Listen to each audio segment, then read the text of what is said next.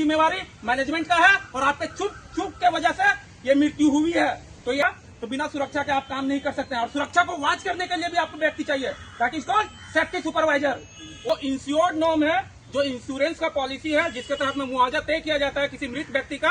अगर आपने उन प्रावधानों को रखा था, ESIC स्कीम को रखा था, PF को रखा था, ग्रेचुइटी को रखा था, उन नॉर्मों के आधार पे आप उस राशि को तय कीजिए और जो राशि बन के आता है उस राशि पे बात कीजिए। और रहा बात सेफ्टी में चूक, ये ESIC स्कीम 1948 में ये क्लियर प्रावधान है, OHS occupational health and safety, इसका पूरा जिम्मेवारी मैनेजमेंट का है। अगर आप सही समय से उसको हॉस्पिटल पहुंचाते, बेहतर इलाज करवाते, हो सकता था वो बच जाता।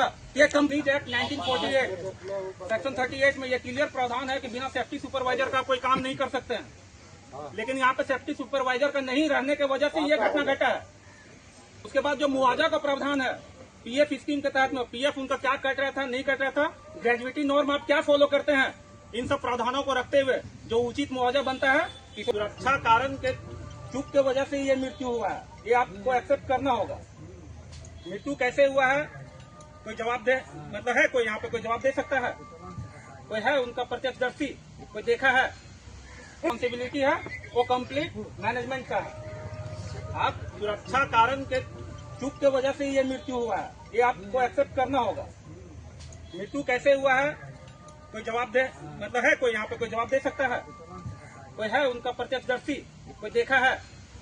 कोई है जो कोई भी होगा, कोई भी उसका पार्टनर होगा। 2 जन था ना, वो कौन था जी, बुलाओ। कंपनीज एक्ट 1948 सेक्शन 38 में ये क्लियर प्रावधान है कि बिना सेफ्टी सुपरवाइजर का कोई काम नहीं कर सकते हैं। लेकिन यहाँ पे सेफ्टी सुपरवाइजर का नहीं रहने की वजह से ये घटना घटा है। ड्यूटी पीरियड में थे वो, ड्यूटी पीरियड में थे ना सर। उसके बाद जो मुआवजा का प्रावधान है, PF स्कीम के तहत में PF उनका क्या कट रहा था, नहीं कट रहा था, ग्रेजुएटी नॉर्म आप क्या फॉलो करते हैं, इन सब प्रावधानों को रखते हुए जो उचित मुआवजा बनता है, किशोरदा रखे हैं वो किस आधार पर रखे हैं। बट जो इंश्योर्ड नॉर्म होता है मुआवजा का, उस आधार पर हम बात करते हैं। आदमी का रिटायरमेंट एज कितना बचा हुआ था, उम्र कितना हो रहा था उनका? 42 साल हो रहा था। Left ear 18 year. बाकी उसका मंथली इनकम कितना था? 17,000 रुपया था। हम 17,000 मानते हैं सर। 17 इंटू मल्टीप्लाई कर दीजिए 12, 1 ईयर का उसका सैलरी आ जाएगा। रहता bread earner, single bread earner था अपना फैमिली का, उसी के भरोसे पूरा फैमिली चल रहा था। जो इंश्योर्ड नॉर्म है, जो इंश्योरेंस का पॉलिसी है, जिसके तहत में मुआवजा तय किया जाता है किसी मृत व्यक्ति का। अगर आपने उन प्रावधानों को रखा था, ESIC स्कीम को रखा था, PF को रखा था, ग्रेचुइटी को रखा था, उन नॉर्मों के आधार पे आप उस राशि को तय कीजिए और जो राशि बन के आता है उस राशि पे बात कीजिए। और रहा बात सेफ्टी में चूक, ये ESIC स्कीम 1948 में ये क्लियर प्रावधान है, OHS occupational health and safety, इसका पूरा जिम्मेवारी मैनेजमेंट का है। अगर आप सही समय से उसको हॉस्पिटल पहुंचाते, बेहतर इलाज करवाते, हो सकता था वो बच जाता। ये कंप्लीट जिम्मेवारी मैनेजमेंट का है और आपके चूक के वजह से ये मृत्यु हुई है।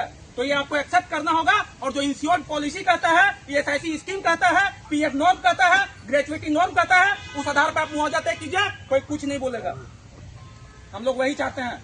अगर आप किसी व्यक्ति को रोजगार पे रखे हैं तो उसको मारने के लिए तो नहीं रखे ना सर, कुछ तो प्रावधान रखे होंगे ना।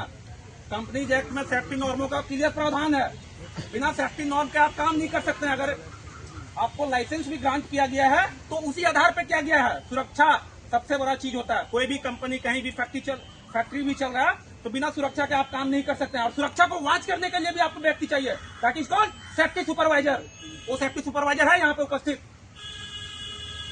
तो घटना घटी है, कहीं ना कहीं मैनेजमेंट की चूक की वजह से घटी है, ये आपको एक्सेप्ट करना होगा। और जो उचित मुआवजा है परिवार के लिए, वो डिमांड लेकर वो किशोरदा जैसे बनाए हैं, उस आधार पर राशि तो और बढ़ेगा ही, क्योंकि उनका सैलरी के पर ईयर सैलरी रिन्यूअल होता है ऑब्वियसली, सब लोग जानते हैं हर फाइनेंशियल ईयर में।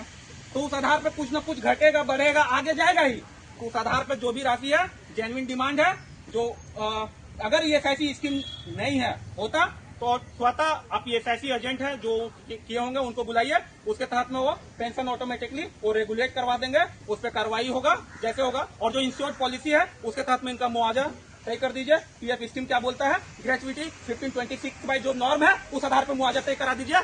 हम लोग ग्रामीण कुछ नहीं बोलेंगे। चलिए।